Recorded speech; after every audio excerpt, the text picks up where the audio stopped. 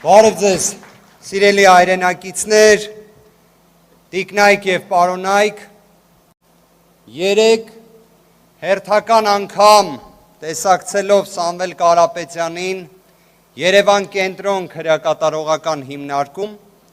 իրենից ստացել եմ ուղերձը, որն ուղղված է ձեզ։ Այժմ ներկայացնեմ այն հենց հասցեատիրոջ անունից։ Հարգելի ընկերներ, հարգելի համախոհներ, ողջունում եմ մեր ձևով շարժման առաջին հաշվետու ժողովը։ Այսօր կարևոր գործ եք նախաձեռնել ու կարևոր կարգ եք ձևավորում։ Ժամանակը մեկ ամփոփել աշխատանքի արդյունքները և զեկույցով հանդես գալ ժողովրդի առաջ։ Մեր ձևով շարժման սկզբնավորման պահից ի վեր մենք ձեզ հետ մեկ գլխավոր նպատակ ենք ունեցել. թույլ չտալ, որպեսզի մեր ժողովուրդը կորցնի հույսը ապագայի նկատմամբ, որ լավ ապրուստ փնտրելով չլքի մեր հայրենիքը, թողնելով այն թշնամու ու դրա սպասավորների քմահաճույքին։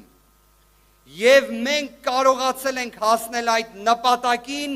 որի համար շնորհավորում եմ բոլորիս։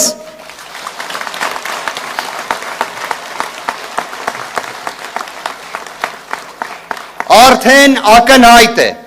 որ մեր շարժումը հայտնվել է հասարակական կյանքի ուշադրության կենտրոնում, զգալի փոփոխություններ է բերել երկրի քաղաքական կյանքում։ Դա ձեր ձեռքբերումն է, սա բոլորիս ձեռքբերումն է և պետք է դառնա հայ ժողովրդի ձեռքբերումը։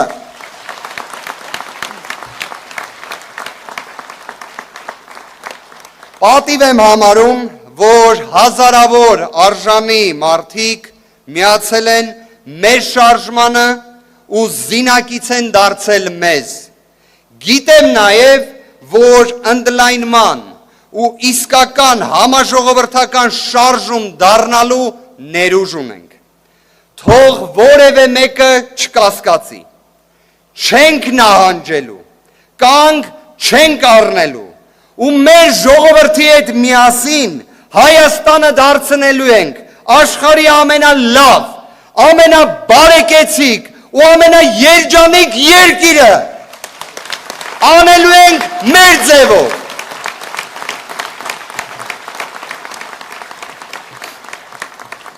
Սիրելի հայրենակիցներ, պատկերացրեք այս ուղերձը փոխանցել էր Սամվել Կարապետյանը, ով 110 օրից ավելի է, ինչ գտնվում է ապօրինի, ակնհայտ ապօրինի կալանքի պայմաններում։ Կարող եմ հստակ մի բան ասել, իր կամքը, վճռականությունը և այն, որ հաղթանակը անխուսափելի է, այդ համոզմունքը լրիվ տեղն է։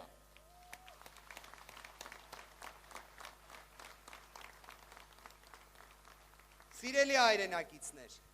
մենք ապրում ենք այնպիսի ժամանակներում, որ նույնիսկ քաղաքական հետապնդումից չենք զարմանում։ Սա լավ բան չէ, բայց դա մեր իրականությունն է։ Գիտեք, ժամանակին հին Հռոմում մի խոսք կար, որը, եթե այսպես ձևակերպենք որպես սկզբունքի, քանի որ այն ժամանակ էլ անարդարություն լինում էր, բայց հին Հռոմն էր, 21-րդ դարը, չէր, այն ձևակերպվում էր հետևյալ կերպ. թող արդարությունը իրականացվի, թեկուզ երկինքը փուլ գա։ Արդյոք Հայաստանում մենք տեսնում ենք այդ կամքը ու վճռականությունը ունեցող տեսակների։ Արդյոք իրավապահ համակարգում տեսնում ենք այդ տեսակը։ Ավելի շատ ամեն օր վերհիշում ենք մի հայտնի